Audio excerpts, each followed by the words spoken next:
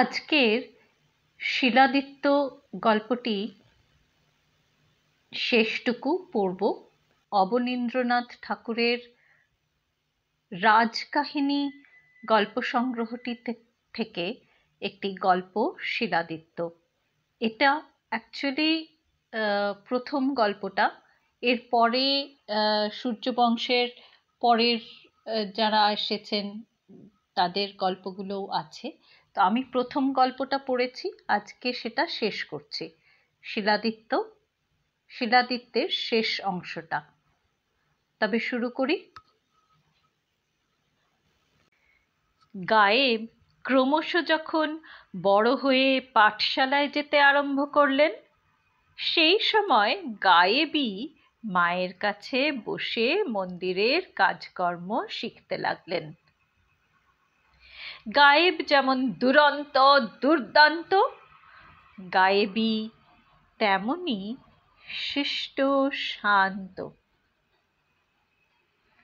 গায়েবীর সঙ্গে কত ছোট খাটো মেয়ে সেধে সেধে খেলা করতে আসতো, কিন্তু গায়েবের উৎপাতে পাঠশালার সকল ছেলে অস্থির হয়ে উঠেছিল।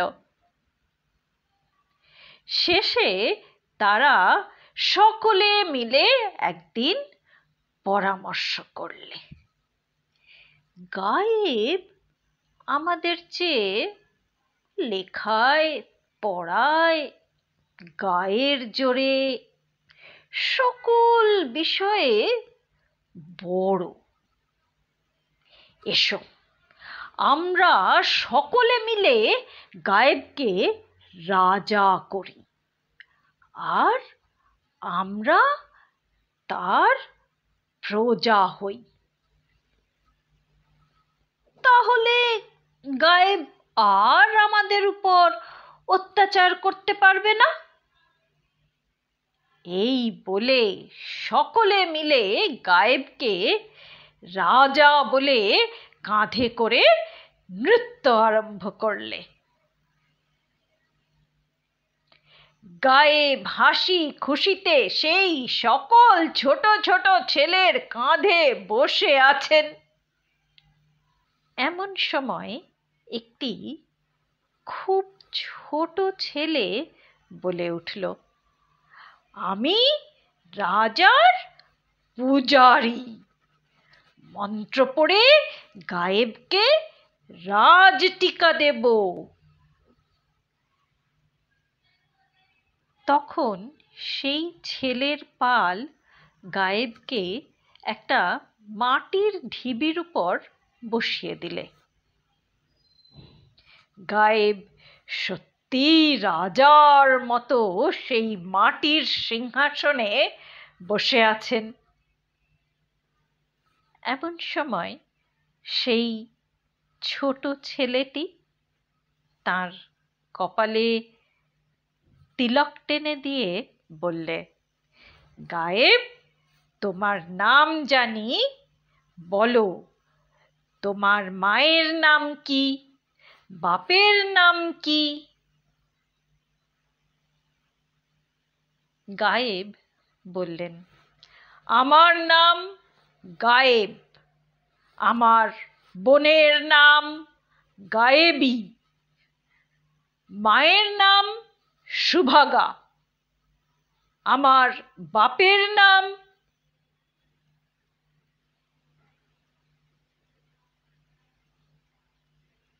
কি? গায়েব জানেন না যে তিনি সূর্যদেবের বরপুত্র। নাম বলতে পারলেন না, লজ্জায় অধঃপতন হলেন। চারিদিকে ছেলের পাল হো হো করে হাততালি দিতে লাগলো। লজ্জায় গায়েবের মুখ লাল হয়ে উঠল। তখন এক পদাঘাতে সেই মাটির সিংহাসন চূর্ণ করে চোর চপরে ছোট ছেলেদের ফোলা গাল বিষ বেশি করে ফুলিয়ে রোগে কাঁপতে কাঁপতে গায়েব একেবারে দেব মন্দিরে উপস্থিত হলেন।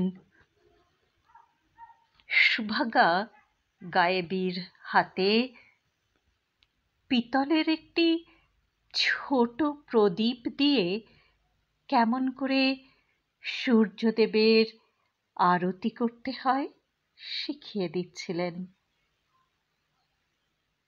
এমন সময় ঝড়ের মতো গায়েব এসে পিতলের প্রদীপটা কেড়ে নিয়ে টান মেরে ফেলে দিলেন। নিরেট পিতলের প্রদীপ পাথরের দেয়ালে লেগে ঝনঝন শব্দে চুরমার হয়ে গেল। সেই সঙ্গে সূর্যদেবের মূর্তি আঁকা একখানা কালো পাথর সেই দেয়াল থেকে খসে পড়ল। সুভাগা বললেন, আরে উন্মাদ, কি করলি? সূর্যদেবের মঙ্গল আরতি ছারখার করে দেবতার অপমান করলি। গায়েব বললেন, দেবতাও বুঝি নে, সূর্যও বুঝি নে, বল আমি কার ছেলে? না হলে আজ তোমার সূর্য মূর্তি কুণ্ডের জলে ডুবিয়ে দেব। যদিও প্রকাণ্ড সেই সূর্য মূর্তি ভীম এলেও তুলতে পারতেন না, তবু গায়েবের বীর দর্প দেখে সুভাগার মনে হলো কি জানি কি করে। তিনি তাড়াতাড়ি গায়েবের দুটি হাত ধরে বসলেন। বাছা, শান্ত হ, স্থির হ, আর সূর্যদেবের অপমান করিস নে। পিতার নামে কি কাজ? আমি তোর মা আছি, গায়েবী তোর বোন, আর তোর কিসের অভাব? গায়েব তখন কাঁদতে কাঁদতে বললেন, তবে কি মা আমি নীচ, জঘন্য, অপবিত্র পথের ধুলো, ভিখারির অধম? কথাগুলো তীরের মতো সুভাগার বুকে বাজল। তিনি দুই হাতে মুখ ঢেকে বসে পড়লেন। মনে মনে ভাবলেন, হায় ভগবান, কি করলে? এই দুরন্ত ছেলেকে কেমন করে বোঝাই, কি বলে প্রবোধ দিই? গায়েব গায়েবী নীচ নয়, অপবিত্র নয়, সূর্যের সন্তান, সকলের চেয়ে পবিত্র। এ কথায় কে বিশ্বাস করবে? সুভাগার সূর্য মন্ত্রের কথা একবার স্মরণ হলো, কিন্তু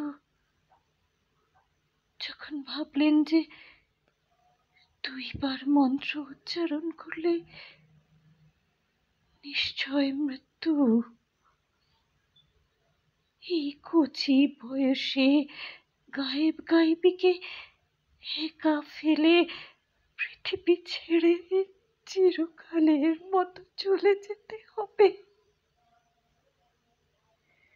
তখন তার মায়ের প্রাণ কেঁদে উঠল। সুভাগ সুভাগা বললেন, বাছা, কথা রাখ, খান তো দে। চল, আমরা অন্য দেশে চলে যাই। সূর্যদেবকেই তোদের পিতা বলে জেনে রাখ।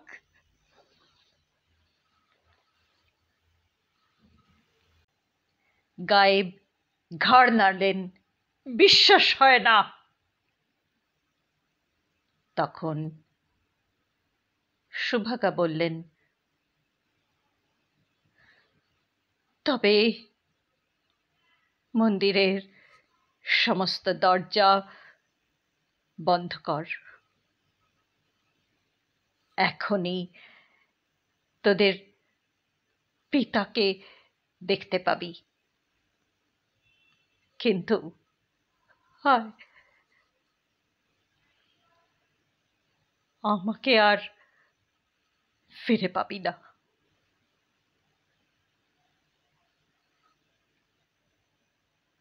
সুভাগার তুই চোখে জল পড়তে লাগলো। গায়েবী বললে, ভাই, মাকে কেন কষ্ট দাও? গায়েব উত্তর না দিয়ে মন্দিরের সমস্ত দরজা বন্ধ করে দিলেন।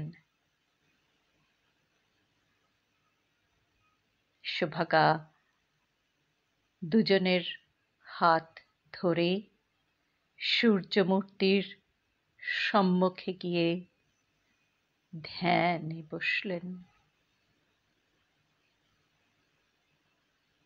এই মন্দিরে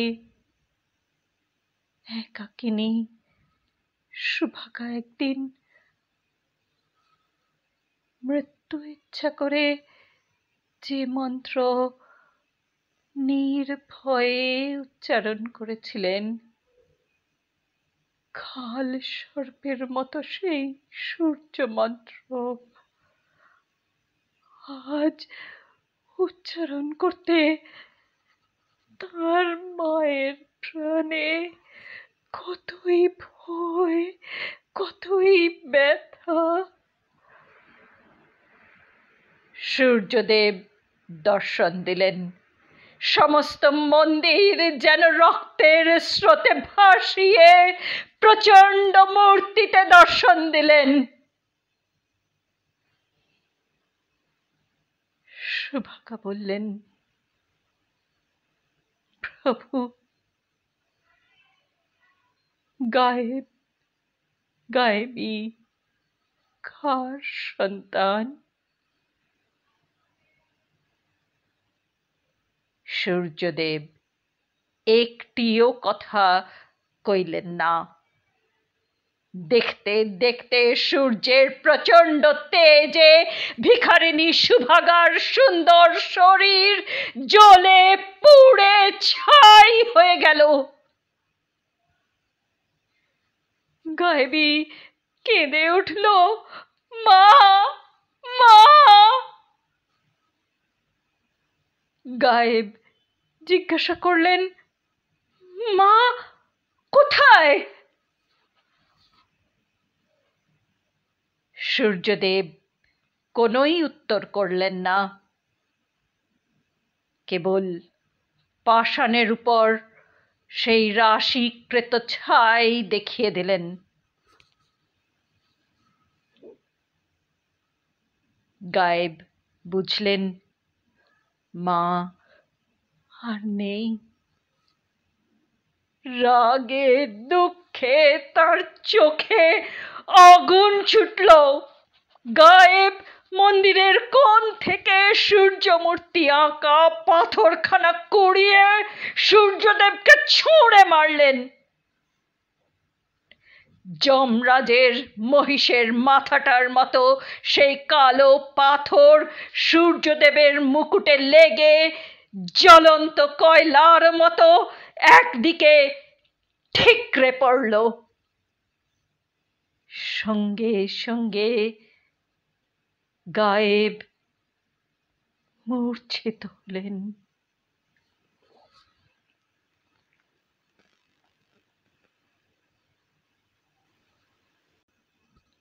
অনেকক্ষণ পরে গায়েব যখন জেগে উঠলেন, তখন সূর্যদেব অন্তর্ধান করেছেন। মাথার কাছে শুধু গায়েবই বসে আছে। গায়েব জিজ্ঞাসা করলেন, সূর্যদেব কোথায়? গায়েবী তখন সেই কালো পাথরখানা দেখিয়ে বলল, ওই নাও ভাই, আদিত্যশিলা। এই পাথর তুমি যার উপর ফেলবে তার নিশ্চয় মৃত্যু। সূর্যদেব এটি তোমায় দিয়ে গেছেন আর বলেছেন তুমি তাঁরই ছেলে।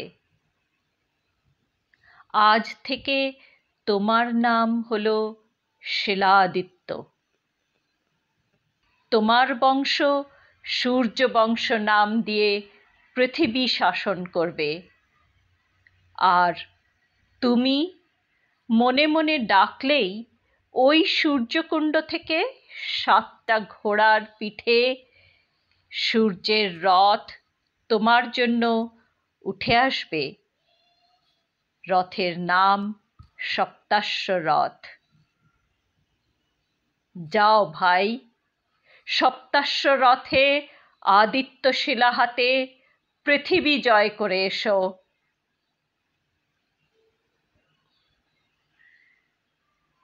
গায়েব বললেন, তোকে কোথা রেখে যাব বোন?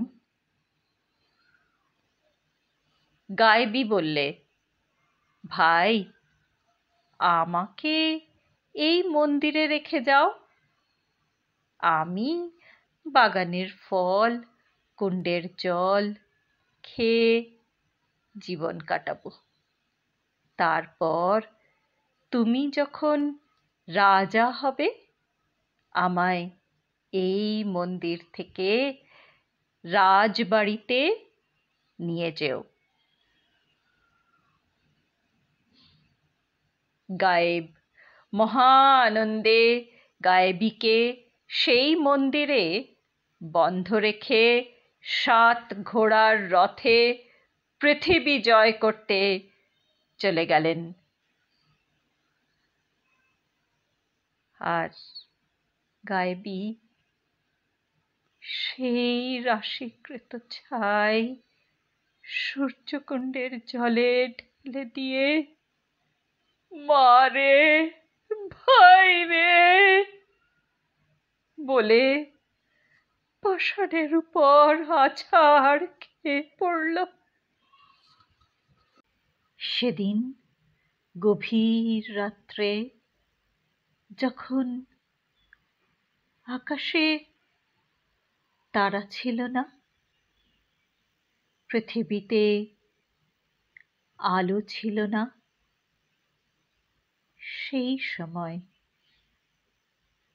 হঠাৎ সূর্য মন্দির ঝনঝন শব্দে একবার কেঁপে উঠল।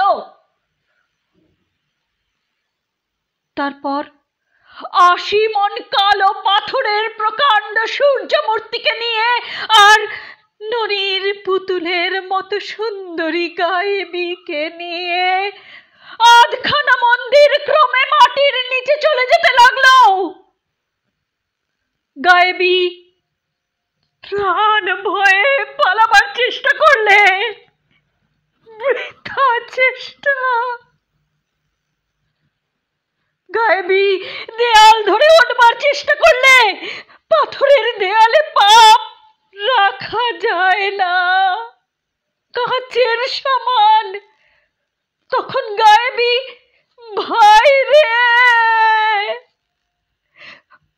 বলে অজ্ঞান হয়ে পড়ল।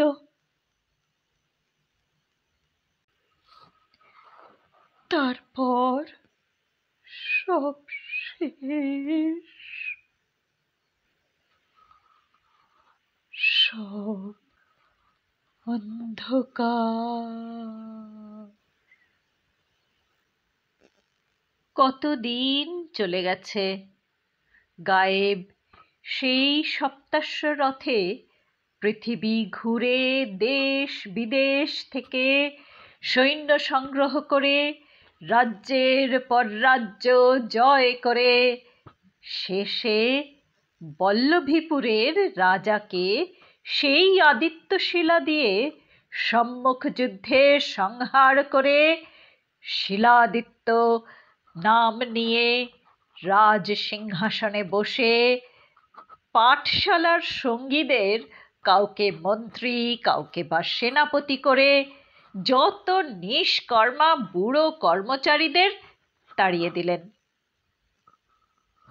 তারপর হুলুধ্বনি শঙ্খধ্বনির মাঝখানে শিলাদিত্য চন্দ্রাবতী নগরের রাজকন্যা পুষ্পবতীকে বিয়ে করে শ্বেত পাথরের শয়ন মন্দিরে বিশ্রাম করতে গেলেন।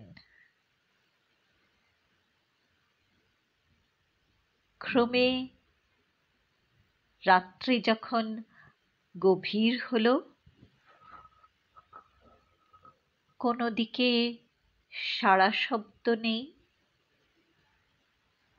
পায়ের ধারে চামরধারিণী চামর হাতে ঢুলে পড়েছে, শিয়রে সোনার প্রদীপ নিভ নিভ হয়েছে। সেই সময় শিলাদিত্য তাঁর ছোট বোন গায়েবীর কচি মুখখানি স্বপ্নে দেখলেন। তার মনে হলো যেন অনেক অনেক দূর থেকে সেই মুখখানি তার দিকে চেয়ে আছে, আর সেই সূর্য মন্দিরের দিক থেকে কে যেন ডাকছে, ভাই রে, ভাই রে, ভাই রে। শিলাদিত্য চিৎকার করে জেগে উঠলেন। তখন ভোর হয়েছে।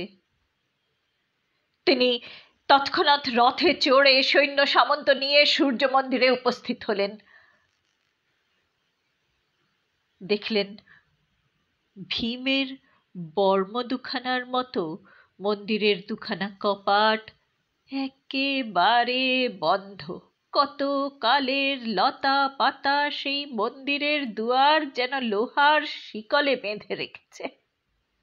শিলাদিত্য নিজের হাতে সেই লতা পাতা সরিয়ে মন্দিরের দুয়ার খুলে ফেললেন। দিনের আলো পেয়ে এক ঝাঁক বাদুড় ঝটাপট করে খোলা দরজা দিয়ে বেরিয়ে গেল।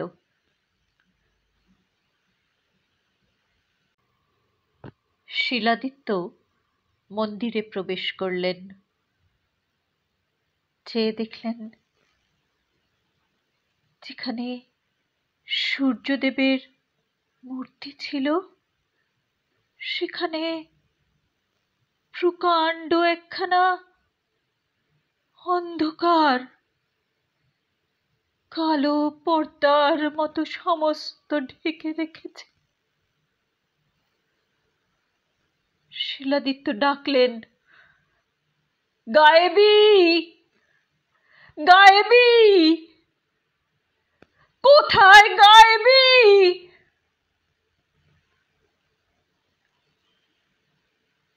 অন্ধকার থেকে উত্তর এলো, হায় গায়েবী, কোথা গায়েবী?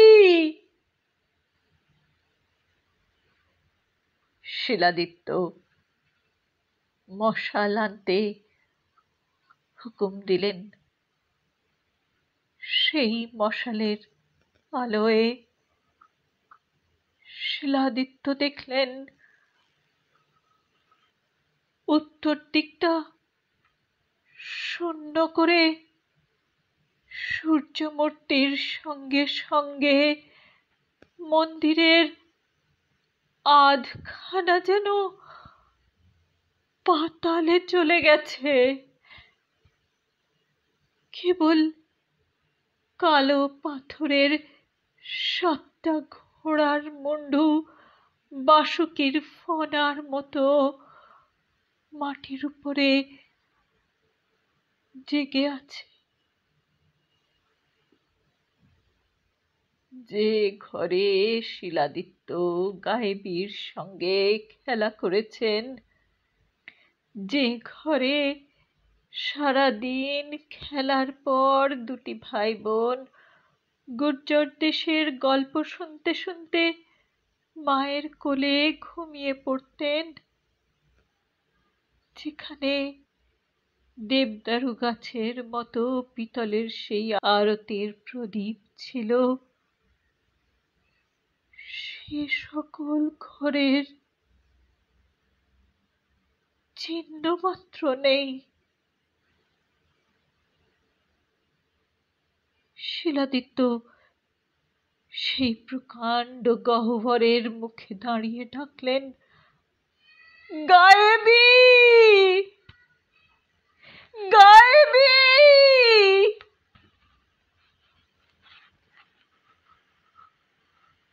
তার সেই করুণ সুর সেই অন্ধকার গহ্বরে ঘুরে ফিরে ক্রমে দূর থেকে দূরে পাতালের মুখে চলে গেল।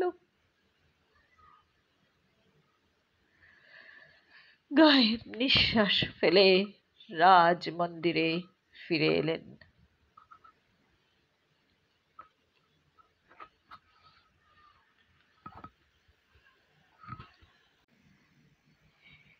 সেই দিন রাজাজ্ঞায় রাজকর্মকারেরা পুরু সোনার পাত দিয়ে সেই প্রকাণ্ড মন্দির আগা গোড়া মুড়ে দিতে লাগলো।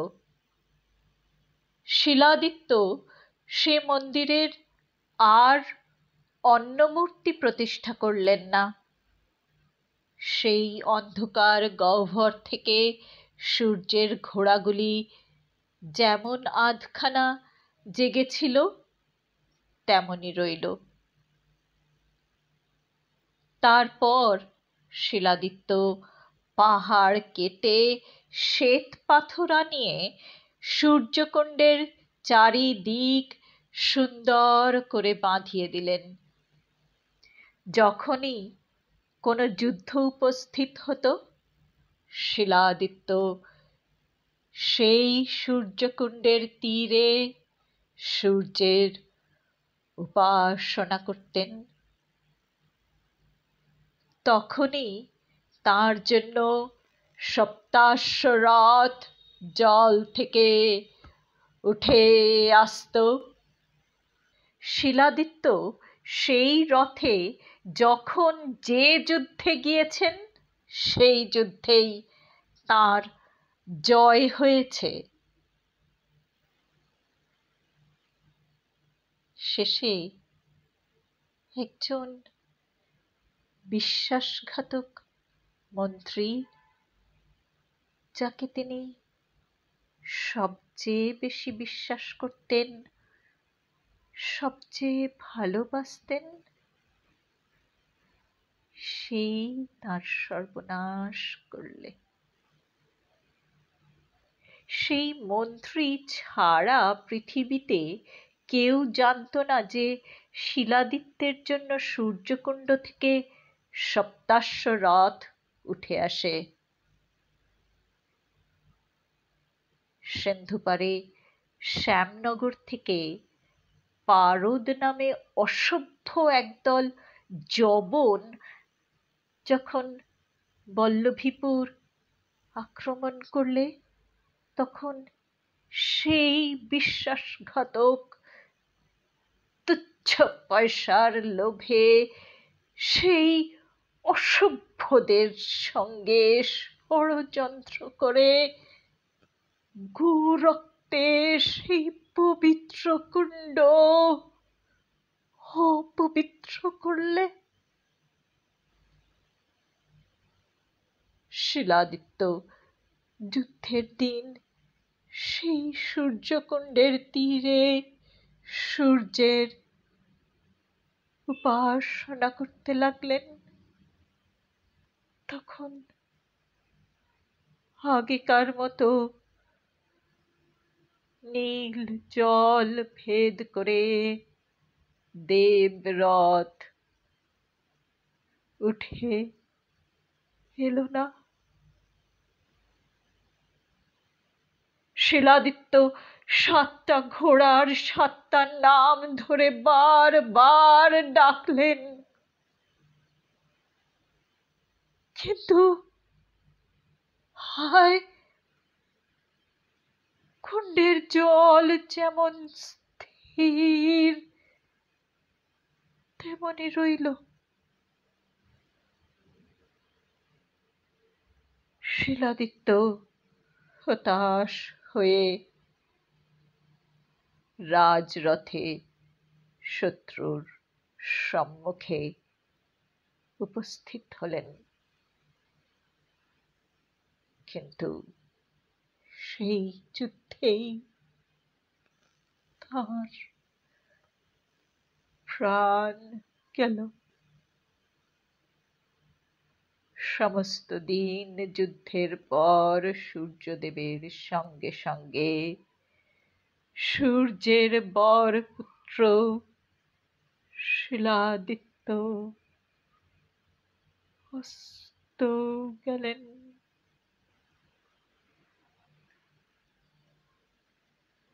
বিধর্মী শত্রু সোনার মন্দির চূর্ণ করে বল্লভীপুর ছারখার করে চলে গেল। তো অবনীন্দ্রনাথ ঠাকুরের রাজকাহিনী থেকে এই গল্পটি শিলাদিত্য এখানেই শেষ হলো। আবার আরেকদিন আসবো আরেকটি গল্প নিয়ে। ততদিনের জন্য রাখি। নমস্কার। আমার চ্যানেল সাবস্ক্রাইব করবেন, শেয়ার করবেন, লাইক করবেন, কমেন্ট করবেন। নমস্কার, তবে আসি।